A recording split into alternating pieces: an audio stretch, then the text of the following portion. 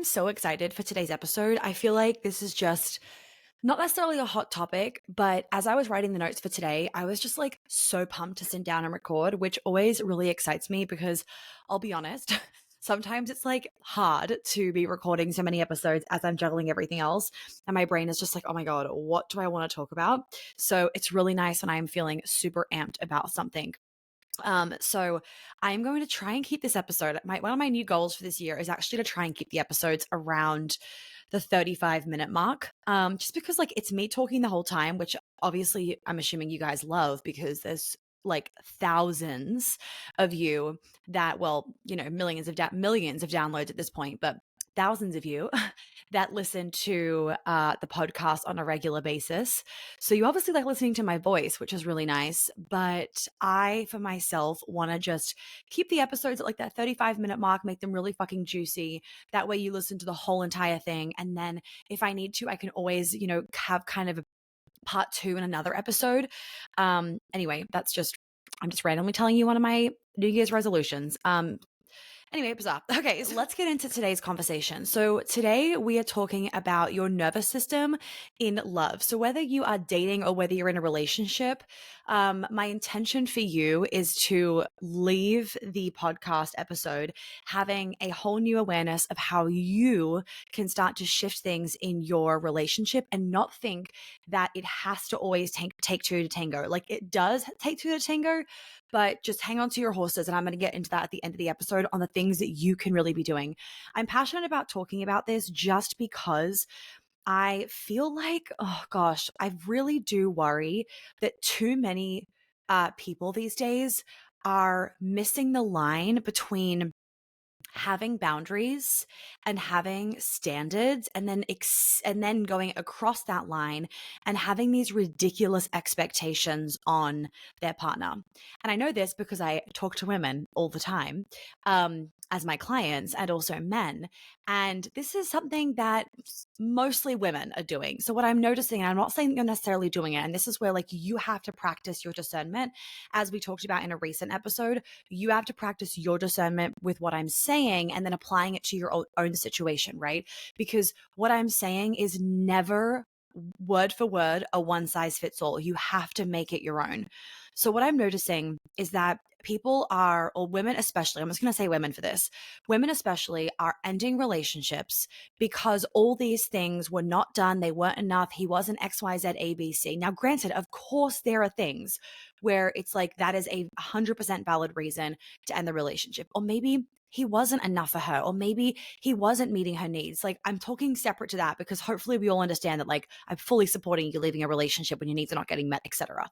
But what I'm talking about is when women are becoming these like really what's the word, like this combination of hyper independence, of perfectionism, of no one's good enough for me. If I'm so amazing, I deserve the best, blah, blah, blah. But it's taken to an extreme. And anything taken to an extreme is unhealthy. And you are the best and you do deserve the best.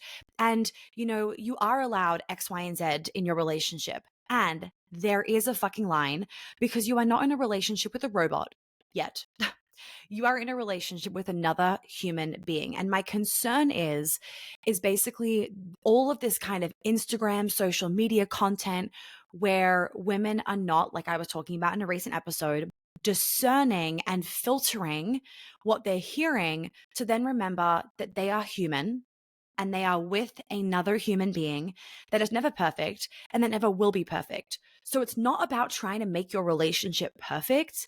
It's about trying to make your relationship fun and loving and safe and respectful, because there are always going to be things that irritate you where you don't see eye to eye on. And personally, I do not think that that is a reason to end the relationship. And I also know that a lot of women think that they are expressing their needs or, communicating X, Y, and Z to them. And they're actually not. It's that whole kind of, yeah, she's communicating it in a way that another woman understands because it's like the raise of the eyebrow. I've been giving hints. Yeah, men don't take hints.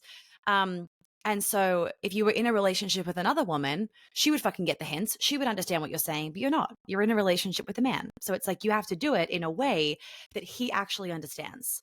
I will say on that note, if you are really struggling with him leading and the polarity in the relationship, make sure that you have done my free masterclass. We'll put the links below on how to get him to lead you. That is a really great starting point for just understanding possibly your side of this of the problem, and then making sure that you obviously can clean that up.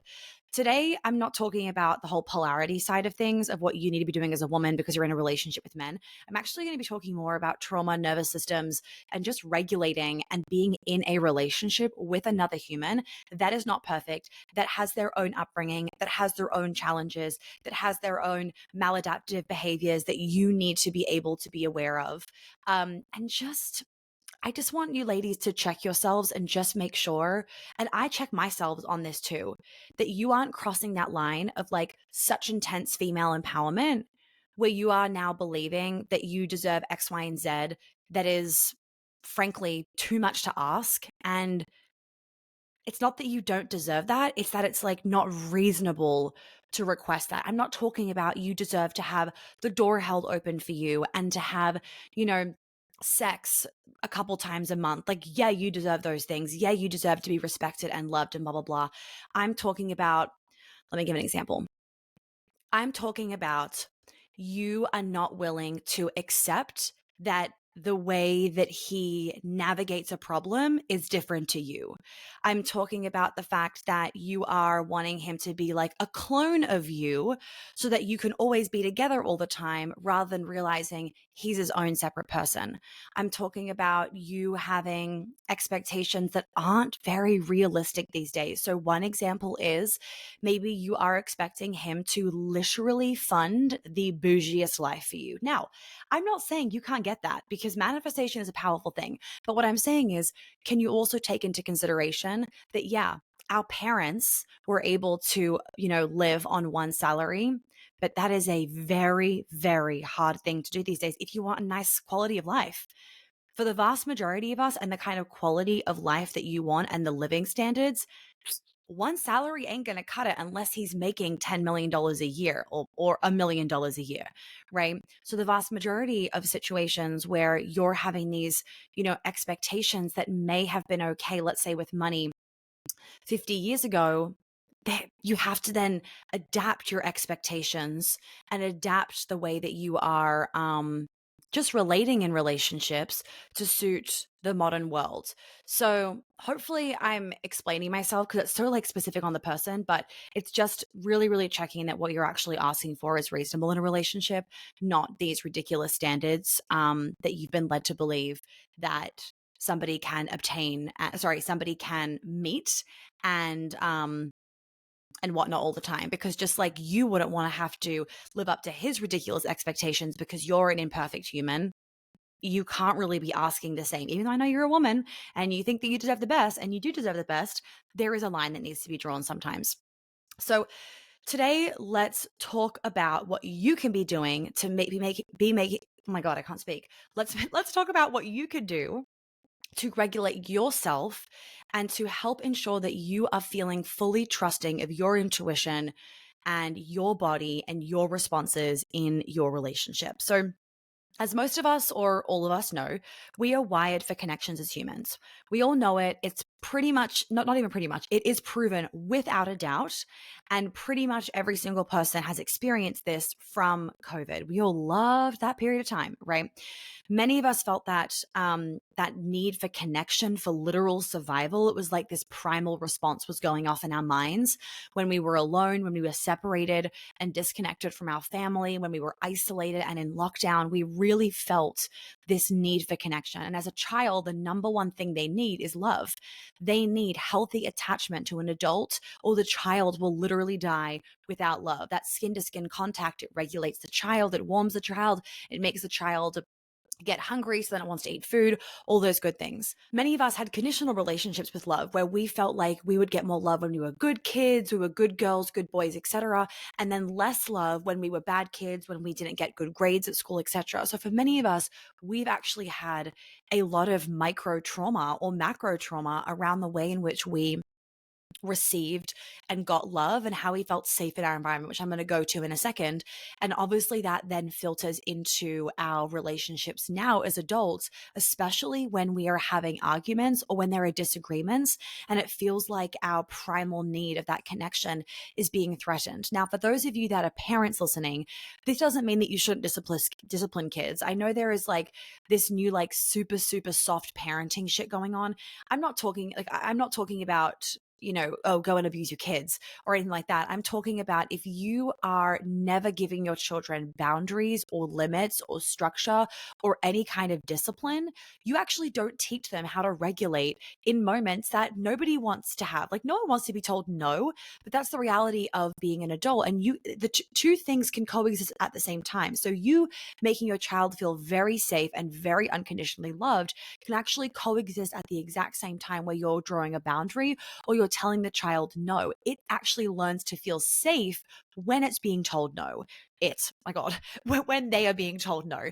The child learns to feel safe when boundaries are being drawn. And many of us as adults have struggled with that of when boundaries are being drawn, when we're being told no, we actually can get into a bit of a stress response, that kind of trauma response, whether it's fight, flight, freeze, disassociate, fawn, that kind of thing.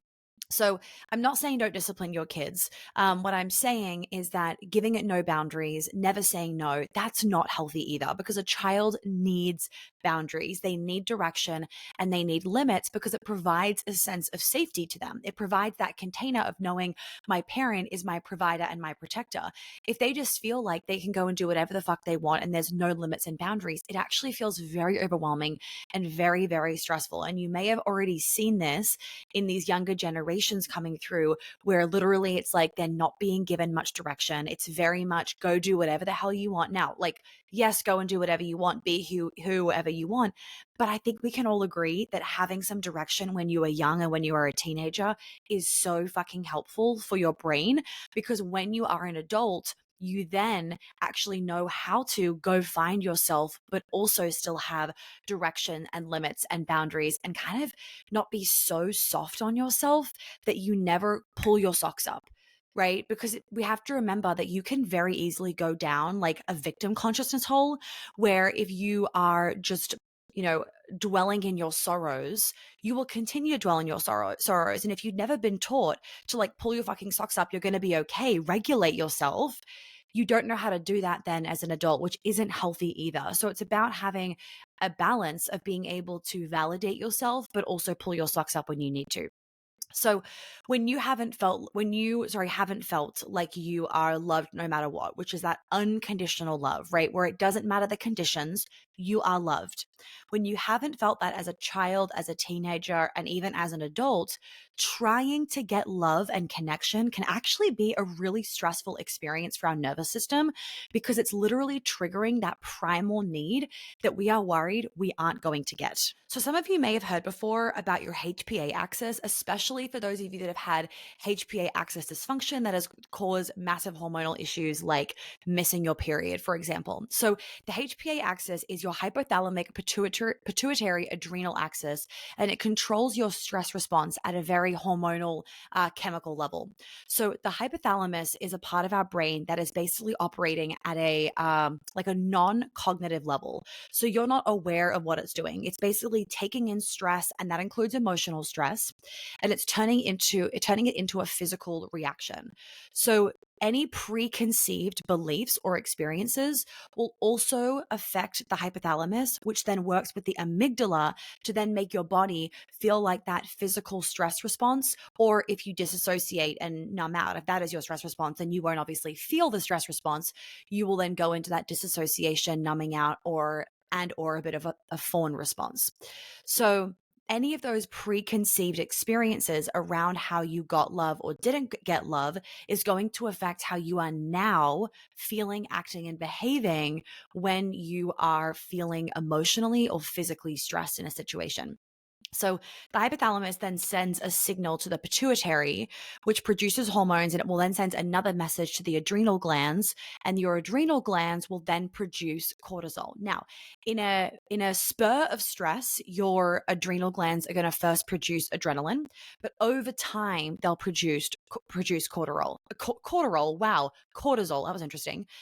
Some of you might know this. For those of you that don't, too much cortisol over time leads to a massive cascade of health issues, including major hormonal issues, which you're all probably very aware of, including hormonal acne, infertility, and I like to say like quote unquote infertility because you can still fall pregnant even if a doctor has told you that you're infertile. Listen to the episode that I did like a month ago.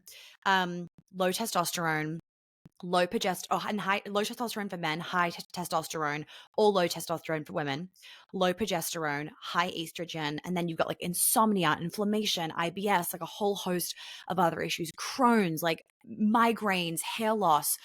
There's just this huge cascade because your body is literally breaking down from too much cortisol being pumped through your blood. Now, some of you might have heard the phrase tired but wired.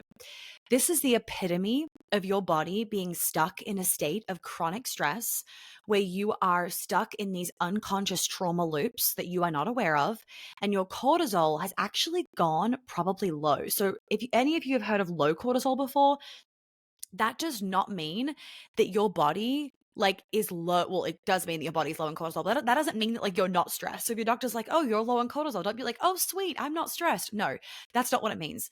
What it means is when your body has pumped out cortisol for a really long period of time and you haven't like brought your body back to homeostasis and like its equilibrium, after a certain period of time, your body goes, I can't keep pumping out cortisol anymore. And then it drops into low cortisol.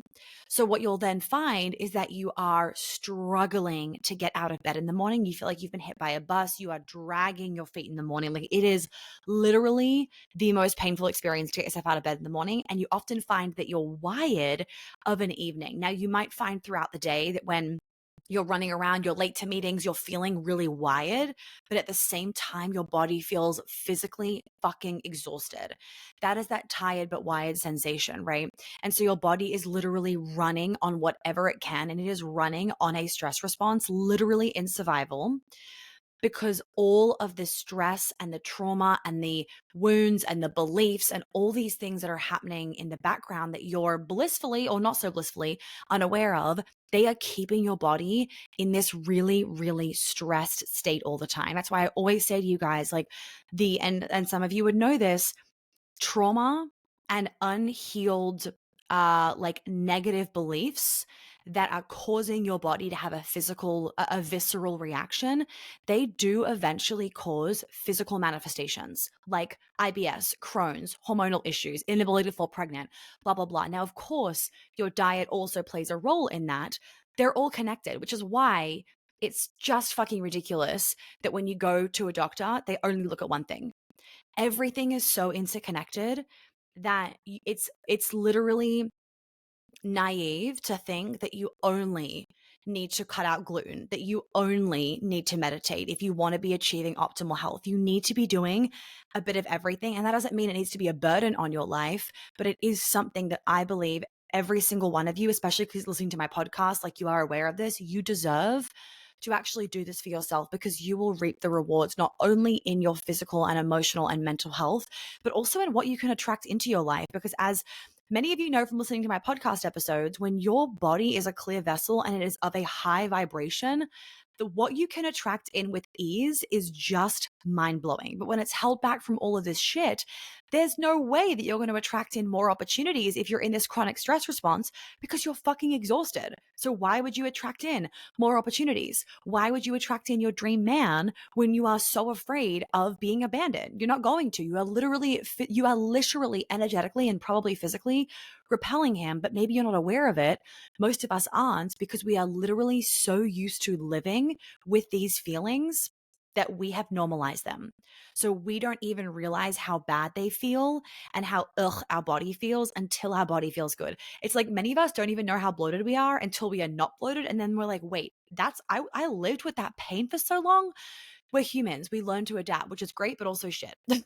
Because then we just are blissfully unaware of all the things happening in the background.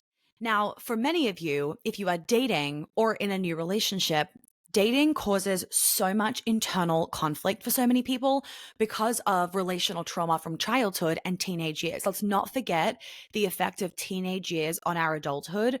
If you're a woman, my God, those teenage years are rough. And even if you're a man, especially if you were bullied, if there was a lot of sisterhood wounding, a lot of jealousy, if there was moving schools and you didn't feel like you could fit in, all of those things are going to be influencing any kind of relational trauma and maladaptive behaviors that you're having in your relationship or even in your dating experience. So whether it was that stress as a child didn't go away. For example, you felt like you always had to be quote unquote good enough at school to get your parents' love, or because you felt like you needed to change yourself in order to create a sense of safety. So that might be, for example, that you felt like you had to be the parent to your parents instead of the child.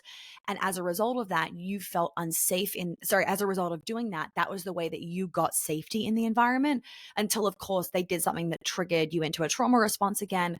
And then you were focused on surviving and by no means thriving as a child. There's many different ways this can play out. The biggest thing that I have noticed that helps those of you with dating struggles and attachment style issues where dating experiences on dating apps, engaging with men, the start of a relationship, and your body is getting super activated, super triggered, super stressed out, you're unable to sleep, maybe you're having physical reactions to what is happening in front of you and you aren't able to regulate yourself. Some of the biggest things that I have found that help people with these struggles is, number one, obviously, as you guys know, healing the root issues that are showing up in these kind of symptoms, behaviors, responses, reactions, etc. The next thing is definitely nervous system regulation, which is super essential for the integration piece of healing. So my approach to healing is 3 parts, very important. I think that a lot of coaches miss out on parts 2 and 3, or they jump straight to like 3, but 3 can't work without 1 and 2. So number 1 is healing the root. Number 2 is the integration tool. So integrating this healing, like as in you've healed the thing. So this new version of you, this healed version of you, how do you integrate that into your life, right? So the integration part allows you to really solidify what you've done in the healing to then embody, which is the third part, this new version of yourself, to embody the nervous system regulation, to embody the internal safety, to embody the boundaries, to embody, the abundance mindset with your relationship with money. That's the 3 parts. So healing, integration, and then embodiment. So you might have noticed that maybe you've tried to do healing, but you haven't done integration and embodiment, so it hasn't stuck. Maybe you've done an embodiment program, but there's been no healing and integration, so you can't even fucking embody it. Because how can you embody something when you still have these wounds blocking you from being able to feel safe to be in your feminine, for example? So an embodiment piece could be like, doing certain things to allow your body to embody this feeling of safety in your feminine or safety in your sensuality. But it's like that can't happen if you haven't healed the sexual trauma and if you haven't then known how to actually integrate that into your life. So the 3 components are really important. So the nervous system regulation is essential for the integration component of the healing. Then another thing that's helped a lot of people is really understanding the opposite sex so that you're not making up shit that isn't fucking real. Understanding the opposite sex, the needs of the opposite sex, how the opposite sex processes information, how the opposite sex dates, how the opposite sex deals with confrontational situations, how they feel in confrontational situations, what they need when a lot of stress is happening in their lives. Like, I can't tell you, one of the most relieving things that I've done for myself in my relationship with men is not only understanding them and not emasculating them and like blah, blah, blah, all those good things. It's actually understanding them in terms of their needs. And that changed the game for me with dating. And it allowed me to show up in a way that I was really proud of and in a way that felt like I was embodying that queen energy and that, the best version of me. And then it also helps me fucking daily in my relationship with my fiance as well. For those of you that are dating that really need some help with feeling powerful, safe, confident, regulated in your dating experience, check out Embodiment of Dating, my masterclass. That is a really great starting point. And even if you are in a relationship, but you feel like you need to repolarize it, you can also do Embodiment of Dating, the masterclass too. There's going to be stuff in there about dating that you can obviously ignore, but there's really great things in there about polarity.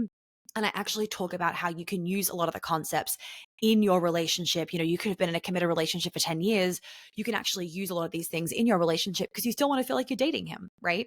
So Embodiment of Dating, the masterclass, is really good for the ladies to be doing.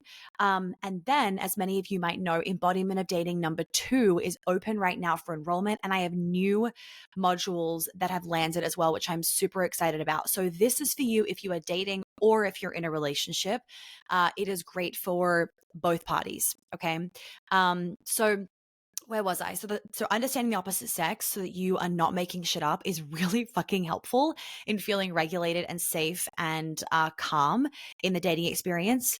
And then the last one, and I'm sure there's obviously many, but I just like whipped up 4 for you guys. There's definitely more, is being able to cultivate your own sense of safety.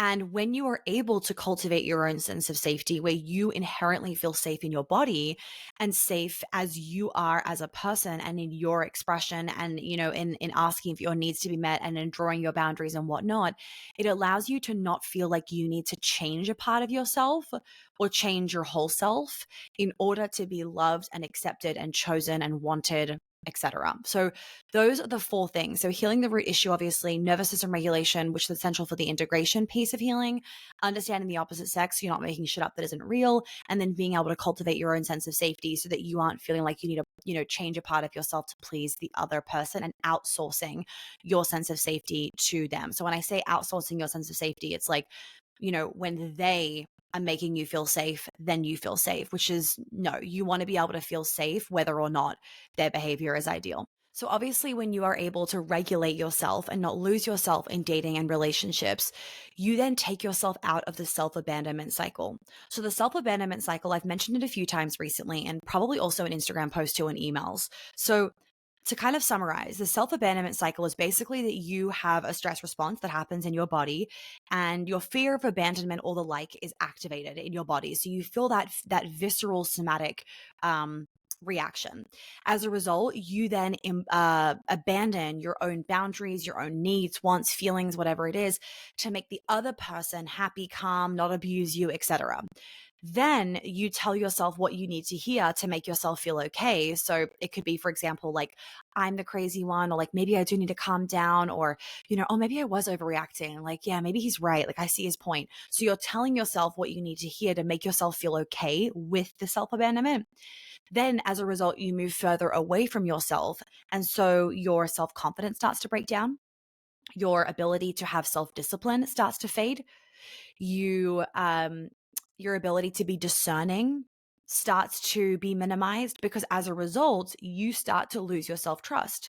You start to gain safety from the other person. So what the other person says now feels right. And you don't trust yourself because you've had a need, they've gaslit it, for example, and you haven't then stayed strong in your need and validated yourself, whether you said it out loud or whether you just internally validated yourself. And so as a result, you move further and further away from yourself.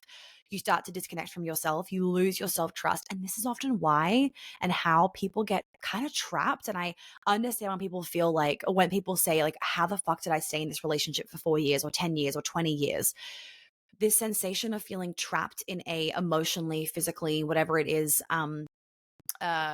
mentally abusive relationship is a very, very real thing, because when the other person and when the other person has affected you so much where you then self-abandon, you don't trust yourself. So when you're thinking, I need to leave this relationship, you don't trust those fucking thoughts because you have outsourced your sense of safety to the other person, and you've outsourced basically like your thoughts and what is the truth to the other person. So you don't trust yourself. You also kind of probably blame yourself in some situations. And there's a whole host of kind of actions that are happening and hormonal actions that are inhibiting you from feeling safe to actually choose you and to leave the relationship. I have 5 new modules coming to you guys in Embodiment of Dating number 2, and you get access to it right away. So as soon as you click that join button, you get to start diving in and binging everything in preparation for our 2 Q&A/integration calls. So once you join Embodiment of Dating number 2, which is open right now for enrollment, and it's not open forever, so make sure that you do not miss out and that you join before I close the doors. So once you join, you will have access to 20 modules, 20 plus 2 live Q&A integration calls with me. And these new modules that I mentioned before are on clearing resentment. Ding, ding, ding. Who needs that? What to do when you're in reoccurring fights or disagreements or tips, and you just want to throw in the towel, but you don't want to throw in the towel. Being the secure one and grounded one with a regulated nervous system and how that can disarm his avoidance or reactions to allow the two of you to get somewhere. The next module is saying nothing is sometimes the loudest thing that you can actually do, embodying your boundaries when they're being crossed and not abandoning yourself, the art of detachment, staying in unconditional love, shifting your energy to create a positive outcome, and getting to your root values and needs in a relationship. I can't tell you how juicy these new modules are. Plus, you get access to the Q&As from last time as well. So whether you are dating or in a relationship, I seriously believe this program is for every single person and their dogs, because we all need to learn how to be a decent, regulated, loving human in a relationship. And sometimes what you really need is some tools, some strategies, some practices, and a third party perspective to keep your cool and to make sure that the sex stays hot as fuck. I think that one of the most powerful feelings in a relationship is knowing that even in conflicting scenarios in your relationship or in hard moments, you being able to feel like you will get through it and the two of you will get through it. And you will, most importantly, personally, actually feel safe and be able to have your own back. It's very hard when you have this constant worry about the safety of your relationship and the safety of yourself, because it will change your behavior to be somewhat of a people pleaser, whether it's really obvious or whether it's very subliminal. It's there, especially as women. It really, really can be there.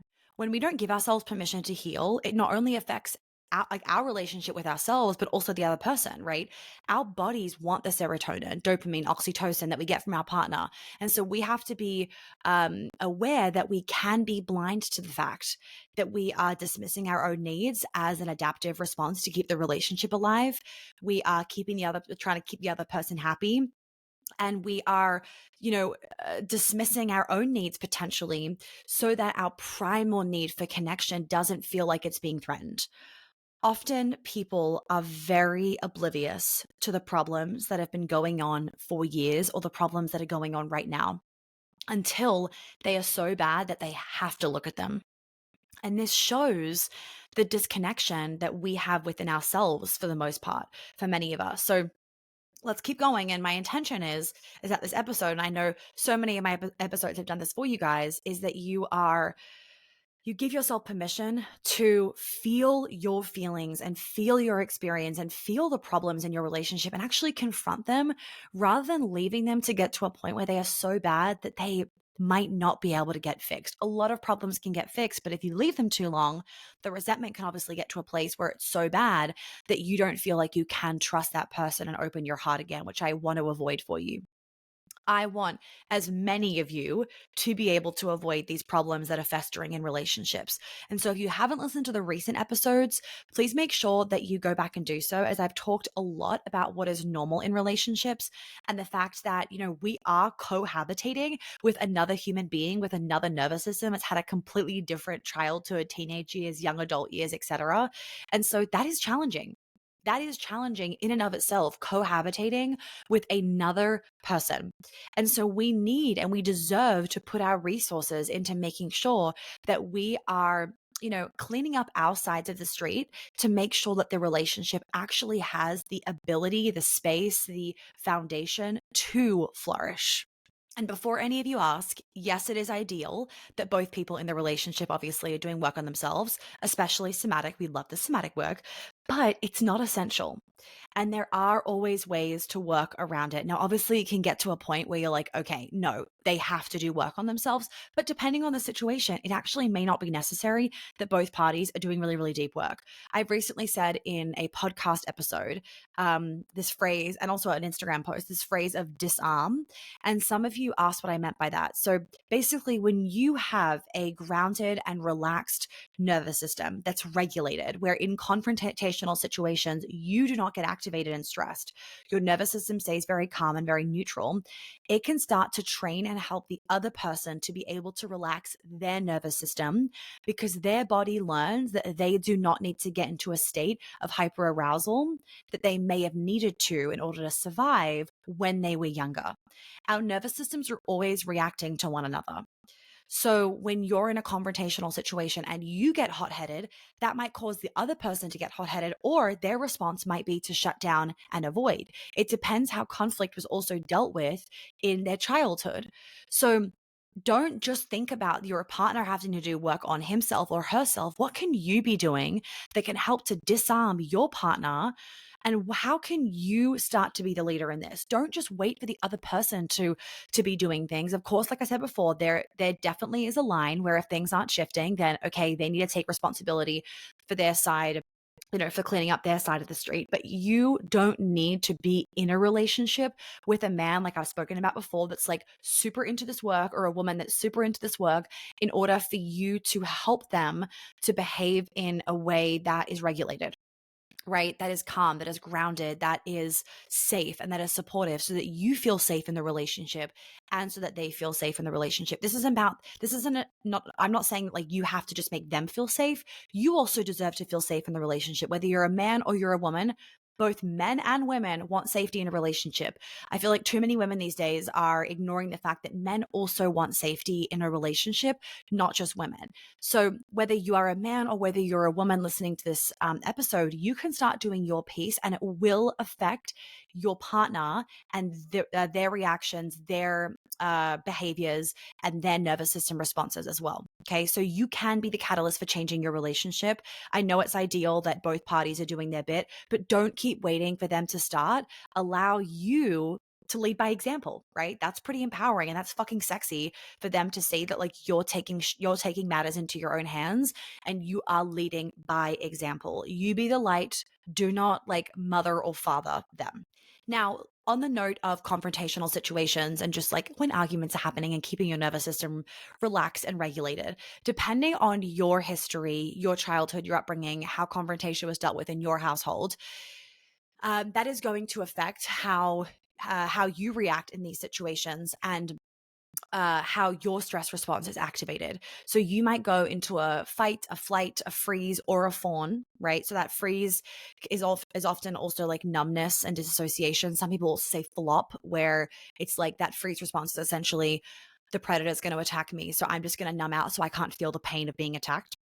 Now, when you are continuously playing out these stress responses and you are not creating safety in your body to actually express what you need in a relationship and then make sure it's happening, right? Not just expressing the need, but are you following through with that need? Are you making sure that that need's actually getting met, that the person is taking action to do whatever they need to do so that they can actually meet that need? And of course, is that need reasonable? Like I was talking about at the beginning of the relationship. I'm not saying second guess yourself. I'm saying check yourself. They're two different things, right? So over time, and by the way, ladies, it's more like check yourself if you're like a super like empowered, confident, like if you've done a lot of work on yourself and you are struggling to find a partner or to be able to maintain a relationship, it's more likely, I'm not saying that you are, but it's more likely that you might be having these overbearing expectations, right? Where it's like, okay, a robot can fulfill that, but a human cannot. If you have a history of past relationship trauma, or not getting your needs met, or being a people pleaser, or going into that fawn response, the chance of you having expectations that are too high is a lot slimmer. So just to help you if you need that kind of support with your own discernment. I don't want to confuse anybody too much, or anyone. I don't want to like ever have anyone like stress the fuck out. They're asking for too much when they're not. So what was I saying? So over time, resentment, shame, disconnection, anger, a whole host of problems can come up in relationships because of our own maladaptive behaviors. If you let your partner walk all over your boundaries because you don't know how to embody them, for example, then that is going to build up resentment. Like I said before, you can save a relationship that has resentment, just like get on it now and don't keep waiting, because you also can't save some relationships with horrendous resentment. It totally depends on obviously what happened, the context, what you've tried to do to actually get rid of the resentment and to work on those things, etc. But what I will say is, I have made a new module for Embodiment of Dating number 2, all about clearing resentment and how to eliminate resentment in relationships, in romantic relationships. So, for those of you that are struggling with those sorts of things, Embodiment of Dating number 2 would be a really, really good thing for you to check out. So what I was saying is that, if you let them walk all over your boundaries and whatnot because you don't know how to embody them, that could obviously cause resentment. Or if you don't speak up because of your own complex trauma around using your voice, expressing your needs, etc., then you might feel like you don't matter in the relationship, then causing this abandonment wound to be really activated within the relationship. So you actually can feel abandoned in a relationship. You can have somebody right next to you and feel lonely. Maybe you've experienced that before. It's not a great feeling, but it happens. You can feel abandoned in a relationship that you are currently in. Obviously, that abandonment that you're then feeling in this example is then going to cause further disconnection from the person, which we obviously don't want because we want to maintain this beautiful relationship with the person that you're in love with. But the key thing is, like I was kind of saying before, it isn't necessarily the other person's fault. I think it's very common for us to be like, I'm feeling abandoned. It's your fault. I have resentment. It's your fault. I don't get these needs met. It's your fault. Like, you've been gaslighting me. It's your fault. Now, I'm not saying it's not their fault, but what we have to realize is that how did that happen? How did the relationship get to a place where there was so much gaslighting? You allowed it. How did the relationship get to a place where there was so much resentment?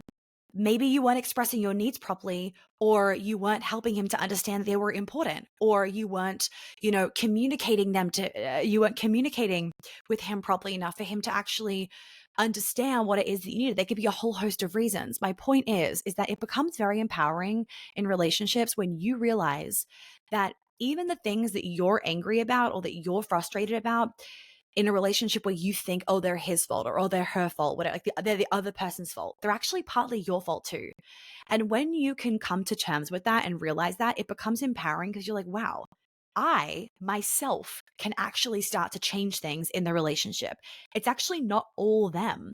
So it could be about communication. It could be the fact that, like, the way that you've been reacting about things. It could literally be that you've never fucking told him what it is that you actually needed. It could be your own trauma that's causing you to have these kinds of fears and worries and visceral responses where you're kind of making them up a little bit.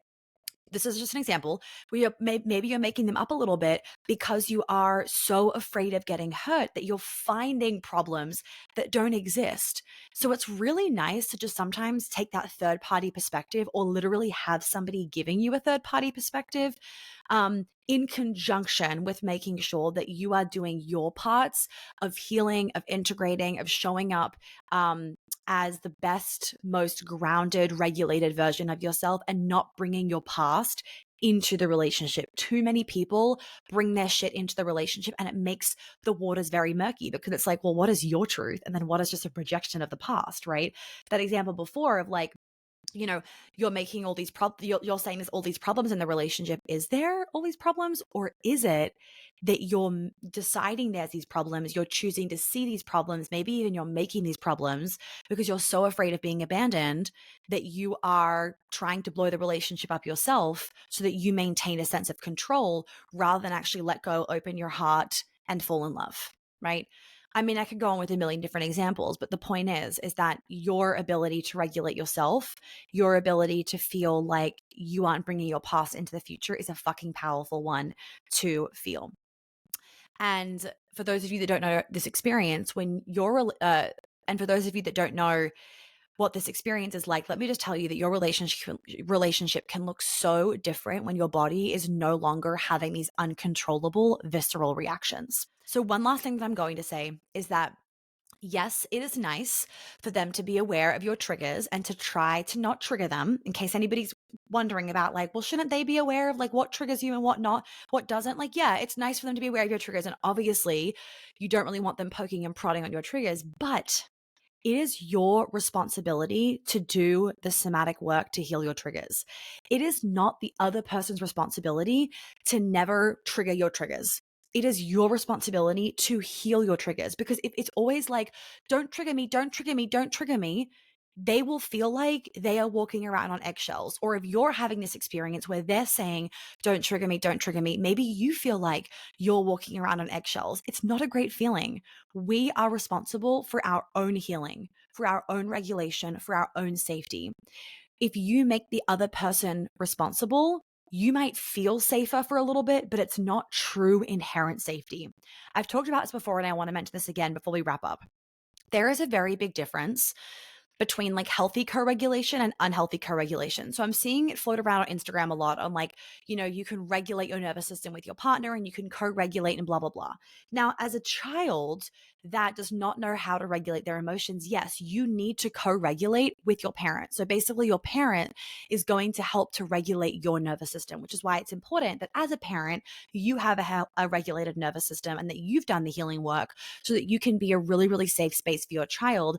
And like I've said before, we're all going to fuck our kids up. Like, it doesn't matter how perfect you try and be as a parent, they're going to have trauma, because trauma is about your perception, not necessarily the actual reality. So you might have felt like you were doing everything perfectly, but they could have had a completely different experience. And that's okay. We're fucking human. But it's nice to feel like you've done everything that you could do, to just take that, like, oh, I should have done more, out of your head, right? Because like you can't, you're an imperfect human. You've done everything you can, and that's the most you can ask for. So a parent needs to have a regulated nervous system to be able to then co-regulate for a child. Many of us didn't experience that like healthy co-regulation in our nervous systems as we were kids. Now, as an adult, you can actually co-regulate with another human. So when you've had a really stressful day, or when you felt, traumatized by something, you can go over to your partner and get a hug, and that can calm down your nervous system. Many of you have probably experienced that. So what I've been seeing on Instagram is like basically using your partner to regulate your nervous system. And I'm like, no, that's a terrible idea. If you think the only way to regulate your nervous system, or you're somehow like trying to practice nervous system regulation by getting the regulation from your partner, what you are now doing is outsourcing your sense of safety and your sense of regulation to your partner.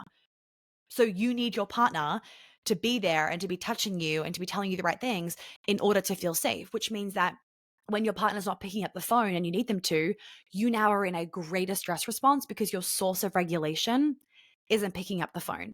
Not what you want to be as an adult. I get it as a child because they're a child, but as an adult, that's not what you need to be doing. As an adult, you want to feel like you can regulate yourself. You want to feel like you are your source of healthy nervous system regulation. You want to feel like they are the cherry on top of your already gluten-free, dairy-free cupcake. And so, of course, it is so nice when you can to be able to just relax into their arms and your nervous system feels calm. But you don't want to feel like you need that in order to feel safe. Okay. It is powerful. It is healthy. It feels safe when you are able and when you know that you can rely on yourself to regulate your own nervous system. If you are relying on somebody else to regulate your nervous system, I'm telling you right now, it is not creating a sense of inherent safety. It is creating codependency. You are becoming dependent on the other person to feel safe. No, they are your cherry on top. They are not the source and the foundation of your life. Because if they become the source and the foundation of safety, like I said, what happens when they're not there? If you have a fear of abandonment, that can exacerbate the fear of abandonment. Why? Because if now they're your sense of safety, then they're your source of safety, your concern about them abandoning you is going to get bigger and bigger, because now not only are they going to break your heart, you are going to go back to square one of feeling not safe in your body again.